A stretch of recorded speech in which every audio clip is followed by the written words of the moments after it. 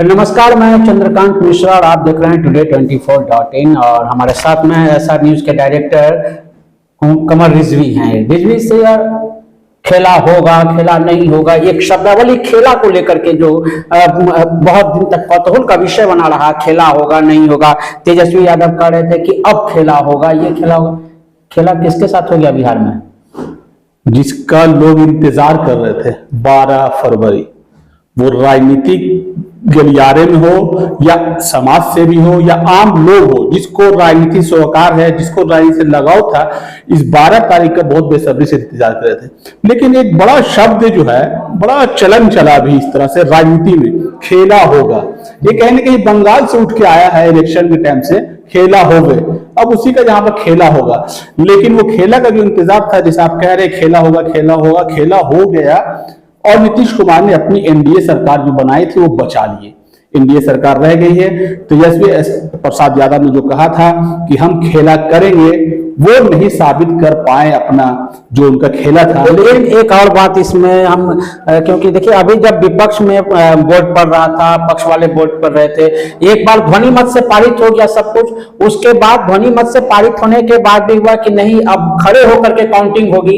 हाँ जितने लोग बोल रहे हैं वो लोग खड़े होइए, फिर ना जितने लोग बोल रहे हैं वो लोग खड़े होइए। इसमें मतलब एक बार दोबारा से ये गिनना, जो लोग थे मार्शल लोग, जो अधिकारी थे जो गिन रहे थे लोगों को, वो काउंट कर रहे थे कि किसको रखा जाए, कौन कौन रह रहे हैं कौन नहीं। इसमें एक चीज बहुत यूनिक जो नजर आया, जो विपक्ष से 3 लोगों का जो जाकर के दिखाई देता है कि प्रहलाद जी चले गए, चेतन आनंद चले गए, नीलम देवी भी जाकर के बैठ गई, जिसपे तेजस्वी यादव ने अपने भाषण में रोष भी दिखाया है, आखिरी में उन्होंने बोला भी है। तो ये खेला तो लगता है कि इन्हीं के साथ हो गया।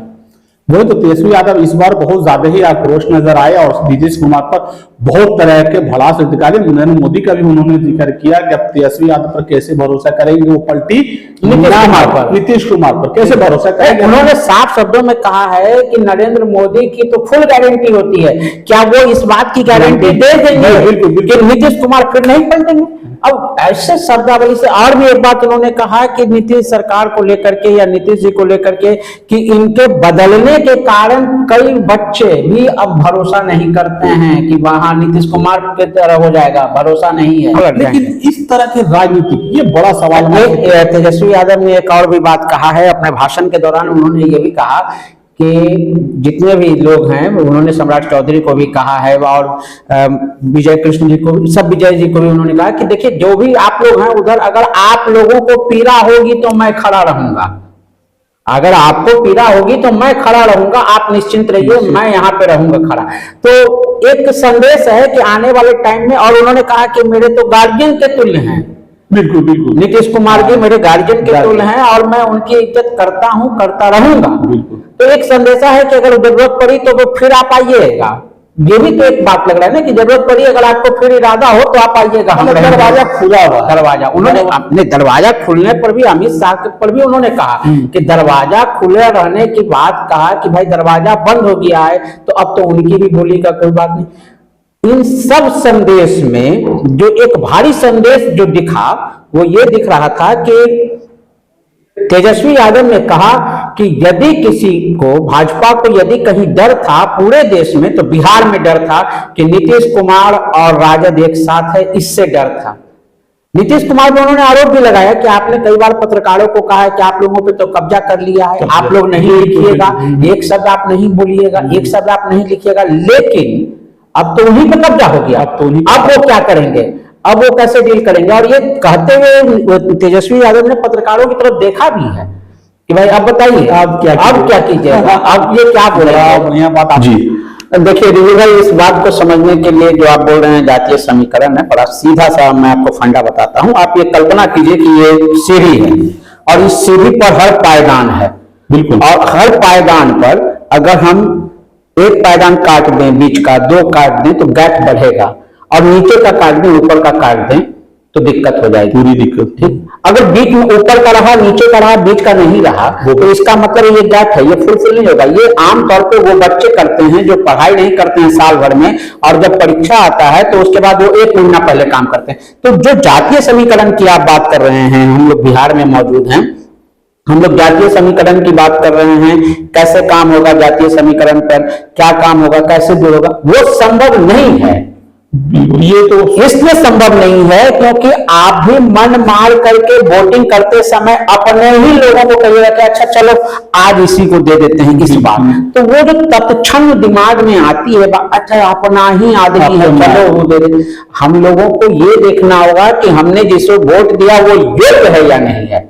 अगर उनकी योग्यता हम लोग जो नहीं पढ़े लिखे हैं वो लोग हम लोगों पे मर दिए जा रहे हैं, हम लोगों पे मर दिए जा रहे हैं। बिल्कुल बिल्कुल नजर आ रहा। तो ये बात है ना, आप अभी जो उप मुख्यमंत्री हैं उन्होंने भी अपने भाषण में कहा है, तेजस्वी यादव को संज्ञान में लेते हुए कहा है कि आप इतने बड़े प्रॉपर्टी के मालिक हो गए, कैसे हो गए? तो आरोप प्रत्यारोप तो चल रहा है। आप विपक्ष में इतने बार नेता बने थे, आपने कभी किसी का आंसू पोंछने आपने नहीं गए, आप नहीं गए 500 दिन आप रहे ये रहे, जो भी उनकी बातें हुई, तो ये सारी बातें हैं। तो उनके अंदर की जो बातें हैं, तो ये सब जो बिहार में थोप देने वाली बात होती है। जातीय समीकरण के हिसाब से तो सीटों का बंटवारा होता है, मंत्री मंत्रालय बंटता है जातीय समीकरण से, तो कैसे नहीं होगा? वो देश यहीं पर है, अगर इसको हटाया जाएगा तब संभव होगा। ये संभव तो है नहीं कहीं से। देखिए असंभव नहीं है, लेकिन उसके लिए पढ़े लिखे यूथ को आगे आना पड़ेगा, लीडरशिप करनी। यूथ को भी तो खरीद लेते हैं, यूथ भी तो बिक जाते हैं, यूथ लोग को भी तो रहना चाहिए। मैं ये बताऊं कि जब तक आप राजनीति को सेवा मान के काम कर रहे थे तब तक तो ठीक था, अब आप उसको बिजनेस मानते हैं। अब आपको लगता है कि इतना इन्वेस्टमेंट हुआ है तो इतना आना चाहिए। अब ये बात होती है, जब तक सेवा रहा तब तक तो एक पीढ़ी बहुत शानदार ढंग से काम किया, और जब वो बात व्यापार पे आ जाएगा तो व्यापारी हो जाते हैं लोग। तब उन लोगों को भी लगता है कि हम इतना ही काम करें जितना हम कर पाएंगे। तो हम लोगों को ऐसे लोगों को चुन करके भेजना होगा जो सही निर्णय ले सकें और जो हमारा हित कर सकें। बहुत अच्छी बात हुई, और राजनीति पे जो विज्ञान राजनीति बिहार में उस पर खास चर्चा हम लोग ने आज किया। और आगे क्या जो राजनीतिक जो गलियारा में जो एक यहाँ पे समीकरण बनता है जातियों का, धर्मों का या किसी चीज का भी, उसको लेकर भी लोगों को, युवाओं को आगे आना चाहिए। और वो ना बिजनेस बना के इलेक्शन का टाइम हो तो वोटर लोग को एक उसी को वोट दे जो काम करे, जो योग्य हो। ये बढ़िया बात सीके मिश्रा सर ने कहा अभी कि जो योग्य हो उनको ही वोट करना चाहिए, उन लोग को चुन के लाना चाहिए जो सिर्फ समाज के लिए खड़ा रहे, ना कि व्यापार बना दे थोड़े ही दिन में। ये बहुत बड़ी जानकारी आप लोग के साथ हम लोग साझा कर रहे हैं। आप इसको शेयर करें, सब्सक्राइब करें। धन्यवाद।